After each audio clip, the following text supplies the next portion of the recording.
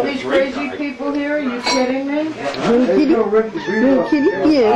Good boy, Keith. Don't you bend back. You want it? Look. Take it. Oh, you got one over there? Is it cold? You need ice. Oh, that's already cold. I got a cup of ice. Who needs ice? Hey, you hold the baby. Nikki, Mary, will you hold this baby? I gotta get something. See you later. No, he's cute. That wasn't. That's the best thing about somebody else's kid, man. You love somebody else's kid. He's a beautiful child. It's good, Mary. Yeah, or something. He passed away. We still did business with his wife. I just can't remember her name.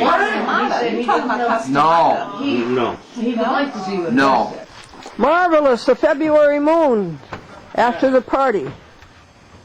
The party's over. Let's call it a day. Boy, that's a beautiful moon. There he is. It's a February moon and he's a beauty. He's a beauty as we ride home. Yeah.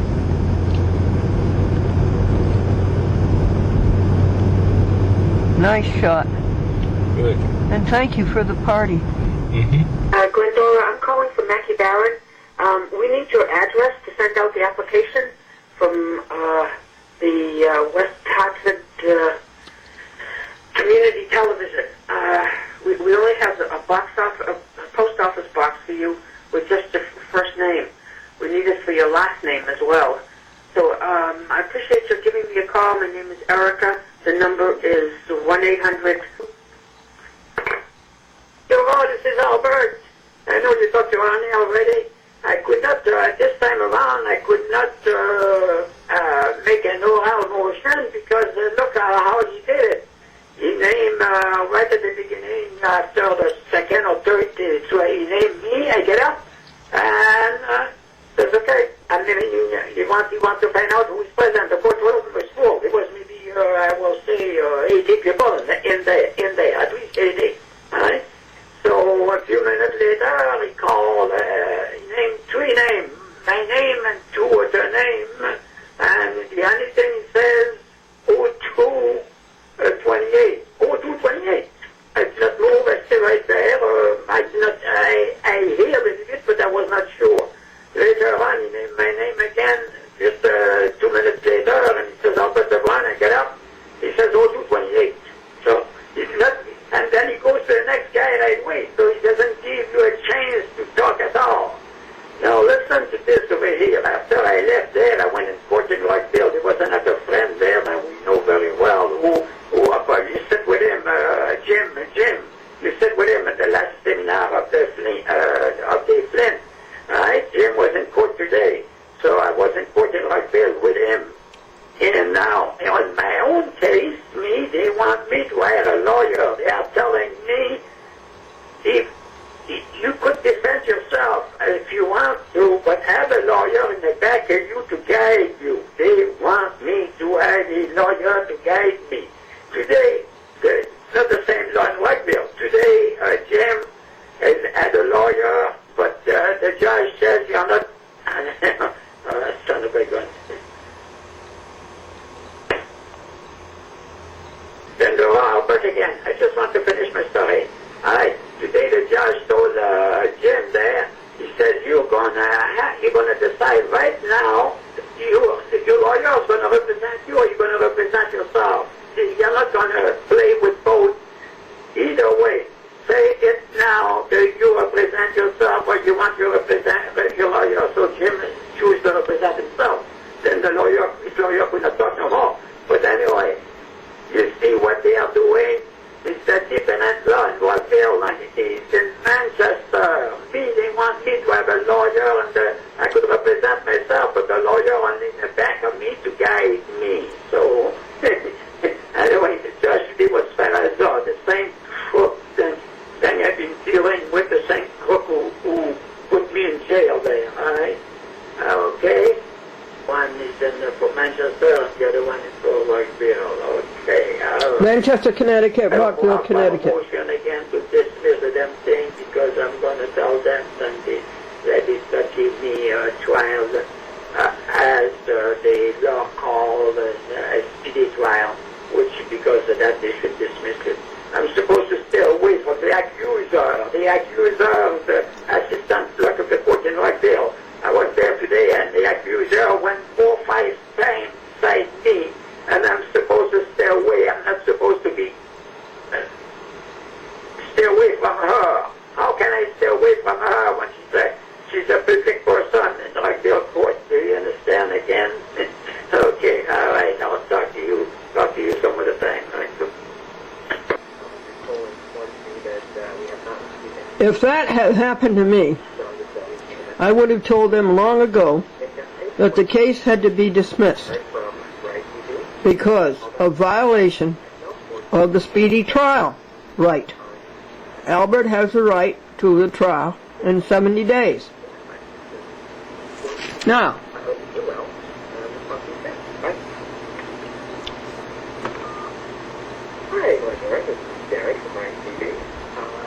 and Albert says, well, I didn't have a chance to stand up and say anything.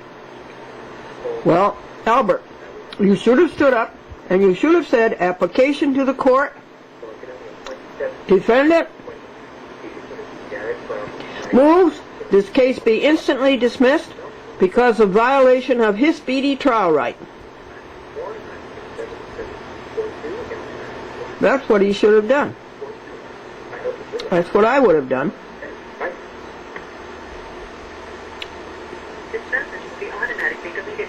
He was talking about 2 courts, one in Manchester, Connecticut, and one in Rockville, Connecticut, both of which are crooked. I wish he'd given me the names of the 2 crooked judges. Now, the reason they want him to have a lawyer is that the court can manipulate a lawyer. A lawyer will do anything that the court says. Hi, Glendora. This is Gary from ITV. And,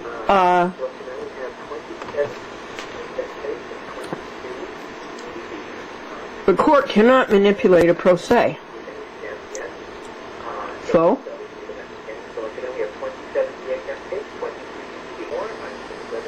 But I can't.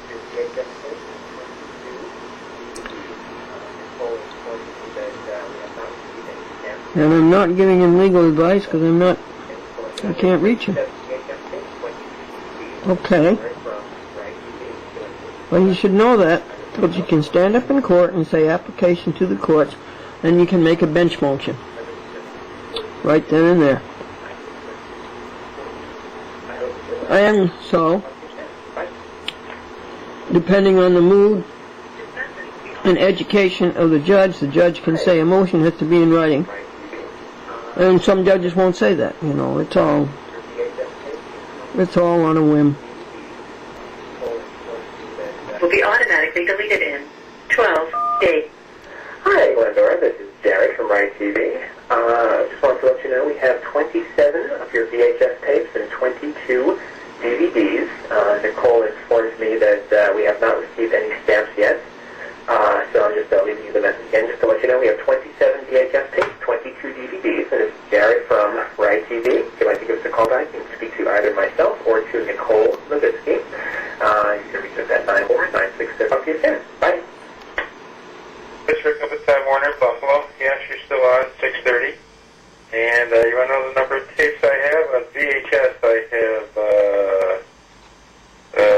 there's a 24 VHS, and I have 1, 2, 3, 4, 5. I have 6 DVDs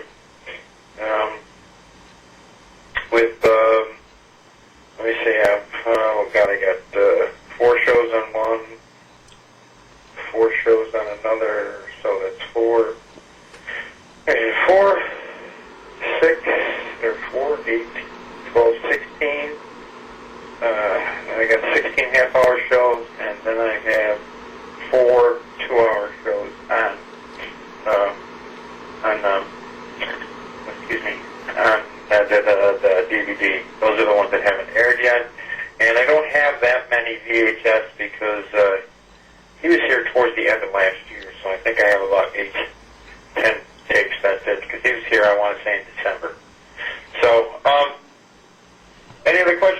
call 558-8270. Thanks. Bye. Thank you, Rick. Hi, Glendora. This is Lori calling from Mid-Hudson Media. James asked me to give you a call. We reviewed your application and your programming.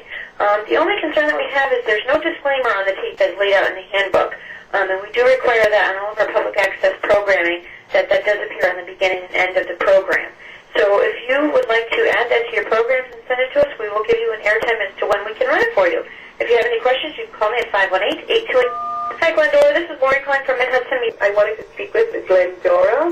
Glendora, my name is Margaret DePass. If you could call me on my cell, which is the easiest number to get a hold of me on, that is a long-distance number, so if you call me, I can call you back. That way you're not being charged long-distance services. My email address is jamsilk, J-A-M, like for to email me.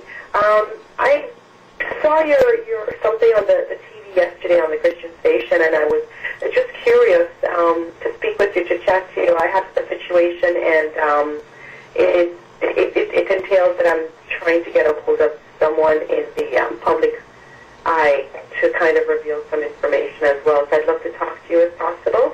My cell again is 305. Much God bless. When you are finished, press the pound key. Hi there, everybody. It's Glendora. The man had a calculator with a built-in memory, and he turned it on, and the calculator said, "What about yesterday when you tried to balance your checking account and you slammed me on the table?" That's funny.com. Your tail hanging over the box of telephone calls. It's very, very funny.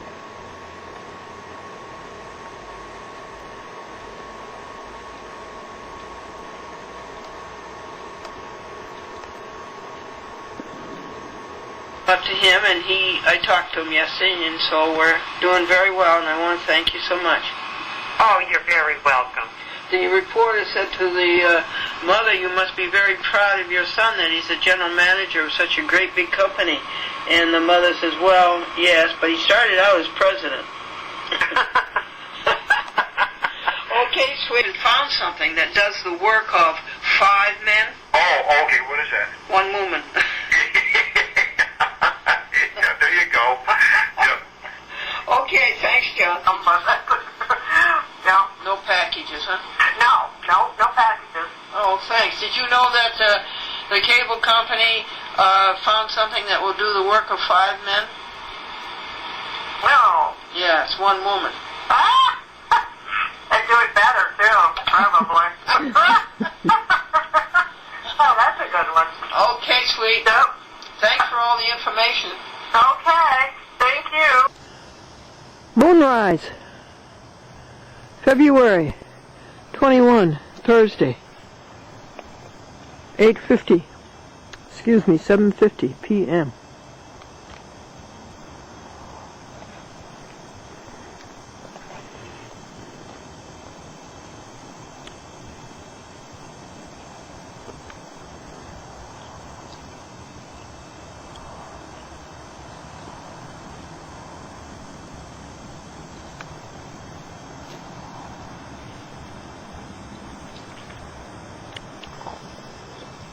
Last night, there was a lunar eclipse around 10:30. Lasted about 25 minutes. There won't be another one until 2010.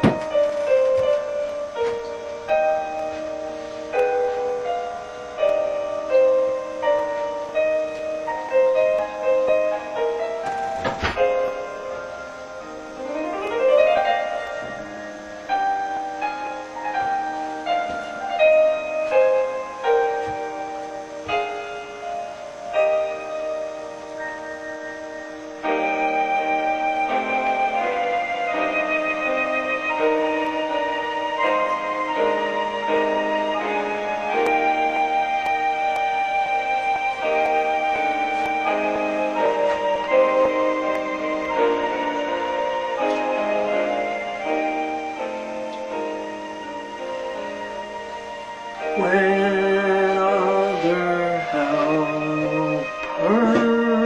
fail and comforts flee, help of the helpless, Lord, abide with me.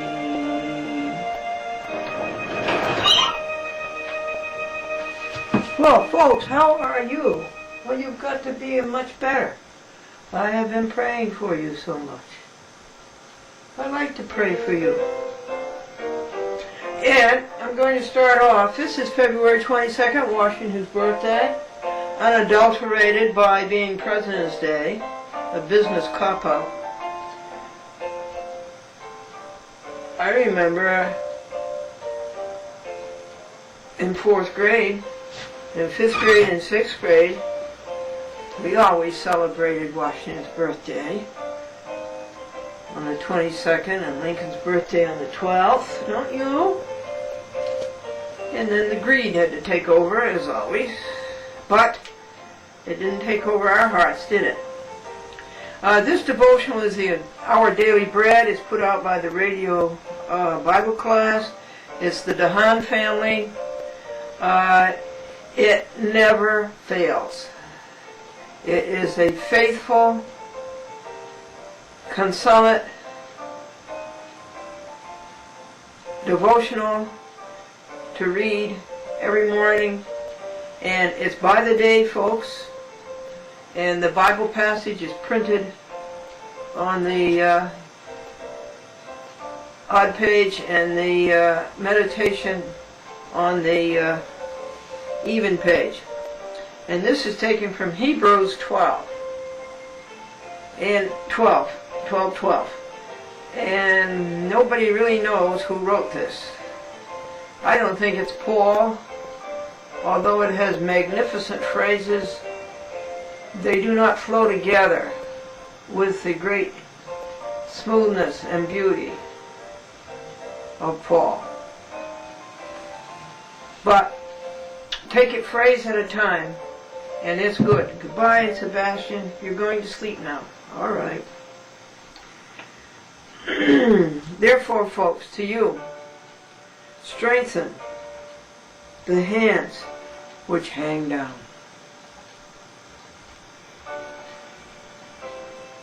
and the feeble knees, and make straight the paths for your feet, so that what is lame may not be dislocated. I'm saying this for you. But rather be healed. Let me give you an example of that. I have a friend who was in Macy's, and she tripped over a clothes rack. What happened here? Somebody did not make straight the paths. And somebody did not make straight the paths so that the lame got worse and became dislocated.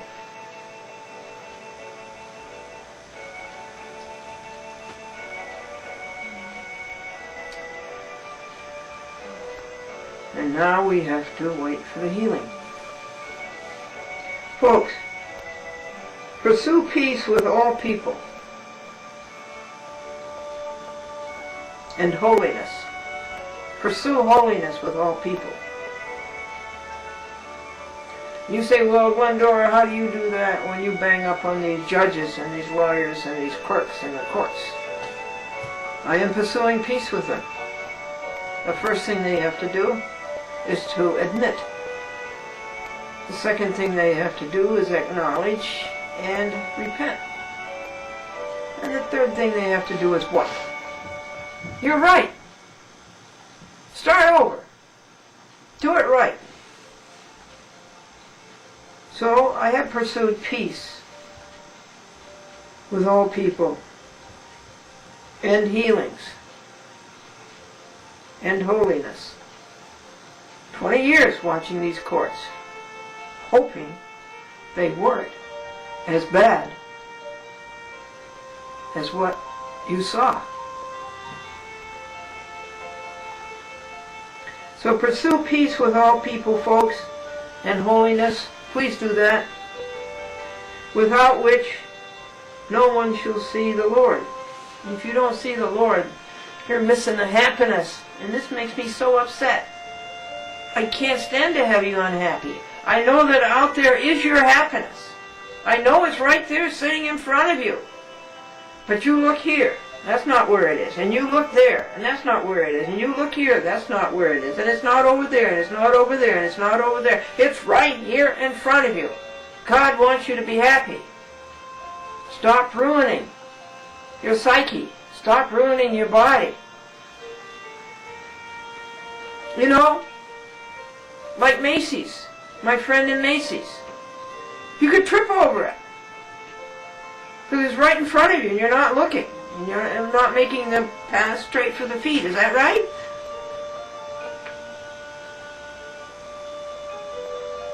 Without which you are not going to see the Lord. Now look carefully, it says. Look carefully. Please look carefully. The happiness you seek is not in the grocery store. It's not on TV. It's not in friends. It's not in a relationship with another human being. That's not where the happiness is. Why do you keep looking there every time? The happiness is right in front of you, and God wants you to be happy.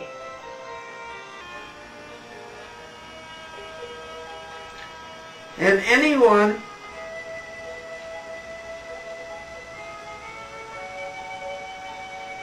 if you don't look carefully, you're going to fall short of the grace of God. The grace of God is all that you need. How do you get it? Do you know? I'll tell you how you get it. You spend time with God. If you're a friend with a person, it's because you have spent time with that person. It's because you have shared things together. It's because you've done things together.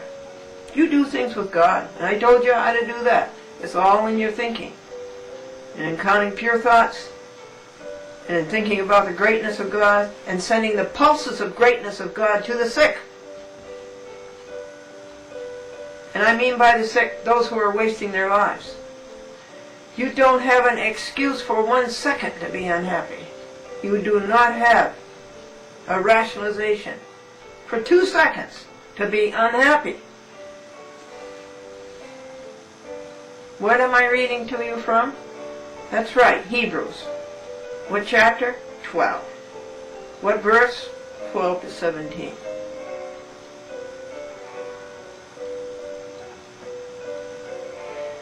Lest any root of bitterness springing up cause trouble. Does that ever apply? You have any roots of bitterness in you springing up, causing trouble? How do you get rid of them? That's easy too. And this is a repeat too. You heard me say a number of times that you pray for the person who hurt you. Oh, you say that's hard. All right, let's say that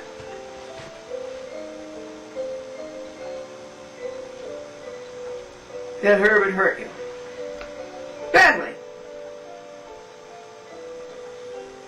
So do you think how you're going to get even with Herbert? How you're going to hurt him back?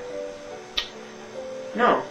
You say, to Herbert, I send God's grace, God's peace, God's wisdom, God's beauty, God's attainment, God's success, God's appreciation, God's love, God's accomplishment, God's talents, God's consummation, God's greatness, God's variety, God's virtuosity, and God's laughter and joy. Did you see the eclipse of the moon 2 nights ago? You know what's so wonderful about that? God is so precise. and so strong and so exact that the eclipse of the moon can be calculated years ahead. And the time of the new moon, the next month, can be calculated years ahead. And the brilliance of the moon before the eclipse. And it makes you shudder to see it covered up. And the brilliance of the moon after the eclipse. So we're praying for her, aren't we? Okay, you say, well, I can't say that. That's difficult. Okay, then what you do is sing him a hymn.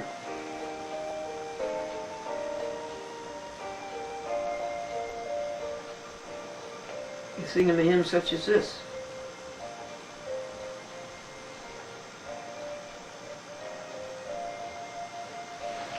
Breathe on him, breath of God, fill him with life anew, that he may love as thou dost love, and do what thou wouldst do.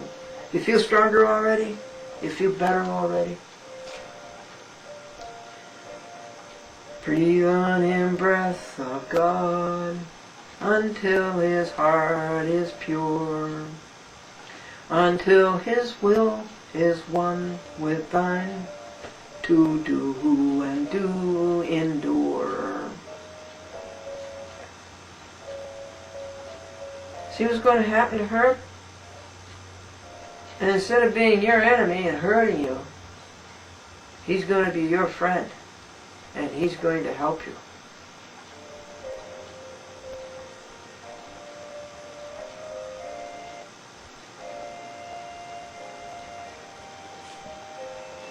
Breathe on him, breath of God, until he is wholly thine, until this earthly part of him glow with thy spirit divine.